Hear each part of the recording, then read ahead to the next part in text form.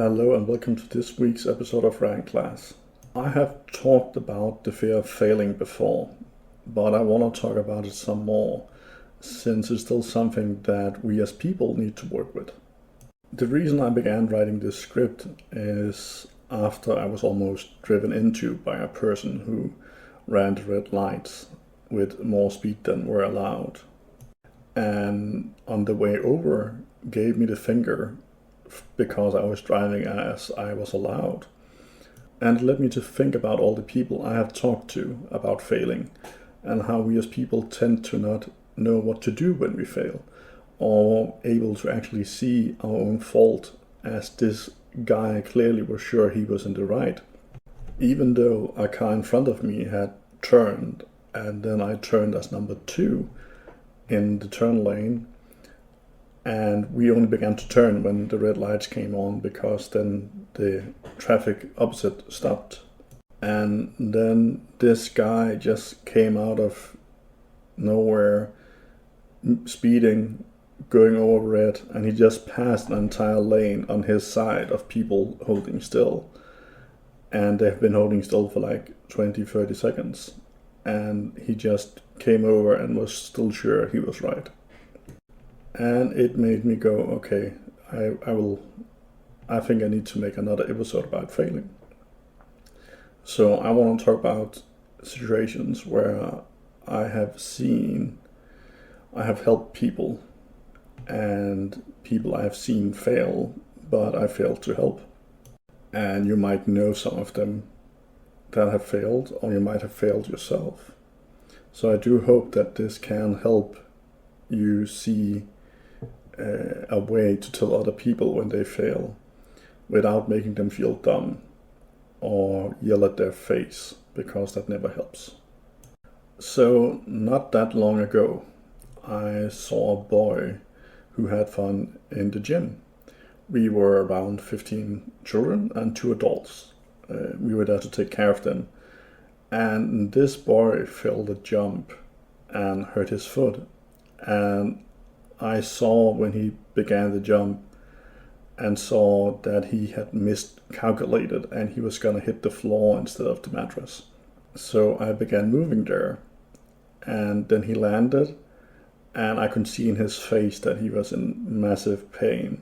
But due to the boys from his class standing around, he was not able to show that he has failed or he was hurt, which is sadly something I often see in boys and men, that we would rather look like nothing can hurt us than saying, okay, I failed what I was doing and this hurts. So I took him out of the gym, and as soon as the door closed and the boys were out of sight, the boy cried out. He was in massive pain, and he had to get picked up by a parent. As it turned out, he had a massive sprained ankle. And while we were waiting, he has, of course, got ice on and put it upwards. But we talked about that it's okay not to land a jump, even though you might have trained it, because you can still fail.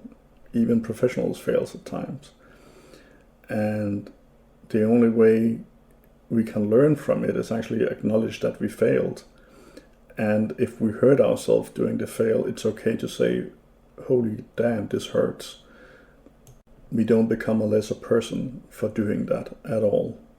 The next thing is something I've talked to both adults and kids about. I have done it way more times than I can count.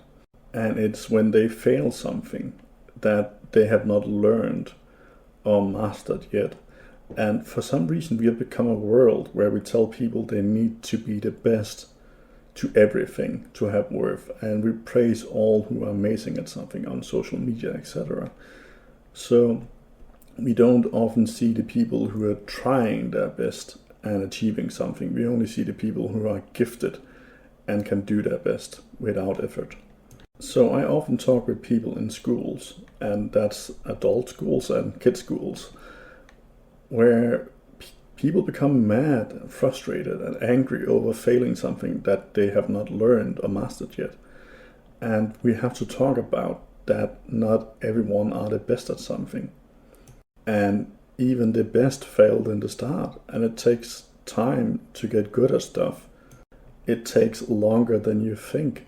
Most trained athletes who are the best in their field have trained their entire life to get to the point where they are today, and they have the genes to help them as well. As a kid, you learn every day. That's how nature intended it. You learn to adapt, to survive, to learn from why you failed before. And as an adult, if you have a workplace where you can do something that they want you to do, often you can actually ask them to allow you to take a course that they pay or help pay so you can learn the skills you need. And there's a lot of schools around there that helps you with whatever problems you have as an adult. And you can get help from getting to a school as an adult, or how to be a parent, how to cook, how to put hair. You can learn everything. You might not be able to master it, and you will fail a lot along the way, but you can try. And you can do your best, and that is all we can ask of you.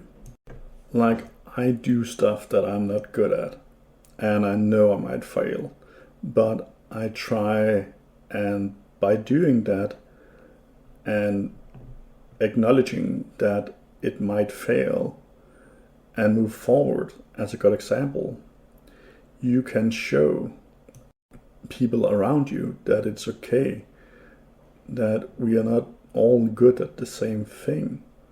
It's like in class when I'm saying I'm dyslexic.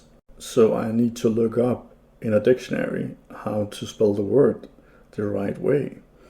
And some kids' eyes just light up because they see an adult that is not perfect. And it often gives them a boost that they can do it. They can try their best because I do try my best. The next thing is kind of in tandem to the others. And it is to say, okay, I failed. Own your fail and learn from it. Like if you're baking a cake and it turns out bad, say, okay, maybe I made an error along the way and failed. And earning up to it and owning our failures can actually make us a better person if we learn from our mistakes. Because as soon as you own up to them, you are able to see your faults, and then you can work on them, and maybe one day perfecting it, or at least getting as close as you can get. But I know it's easier to cast a blame on other people or something out of your control when an error comes. Like this cake I baked, it's not my fault that it's not right, it's the oven's fault. It was leaky or something like that. Or because you didn't put in the eggs that you had to, it doesn't taste right, and then you'll still blame something else. And I see people casting blame on other people for failing. And I see it in my work as well, where parents come and blame us for making their children into bad kids, as they say it, even though the other kids in the family have the same history like that. Or parents who don't believe that all our pros saying something is wrong, then there's nothing wrong with that child. Because the parents are always doing the right thing. And it is true, we are trying to do the right thing as parents. And we do try to do that every day. But sometimes we come short, and then it's better to admit it and get help than to keep not doing the right thing. And it's the same I see when I'm playing games, that people who are playing a team game, and then when something fails, it's always easier to blame the rest of the team than look at what you did, and maybe you actually did something wrong. And what could you do to prevent it from happening the next time? Maybe better communications. Because for some reason people tend to forget in a game that we can't read your mind while playing the game, so we don't know what you want us to do. So their communication is a big thing to learn, and you have to do it, otherwise you fail. And speaking about what goes wrong and trusting when other people say, hey, you might have goofed up there, or the rest of the other people say, yeah, you truly did fail there. Then the one person sitting yelling that everyone else failed, well, maybe they are wrong and maybe they failed instead. But they are afraid to own up to that mistake and learn from it because often they do believe that they are the best. So believe in other people, listen, talk, and learn. And even if you think that you didn't fail in any way or form, listen to what other people tells you, because something in what they are saying might be true. And when reflecting back on it, it might actually occur to you that the flaw was yours. So when talking to someone who has failed in some way or form, or fear failing because they haven't learned it yet, then there's some ways to talk about it. One thing is to talk about the flaw, what went wrong, and not the person. Since if we just start out by attacking the person, by saying they're dumb and they're wrong and they're idiots, it will just make them go defensive. And then they will just huddle in and not listen to what you say because you have already told them that they're dumb. Instead, say, okay, well, next time do try and do this instead. When you did this, because it made the cake taste weird, or whatever fits the situation that you are in. And this will make the feedback seems not like a personal attack, but more like a helping advice.